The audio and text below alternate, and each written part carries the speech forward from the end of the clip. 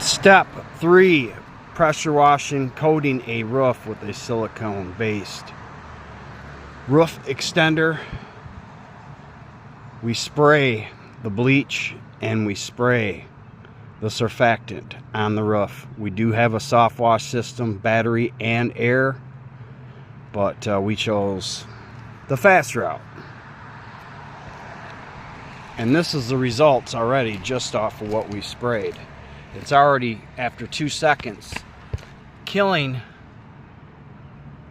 the mold and fun, not so fun guy. And anyways, this is already working right here.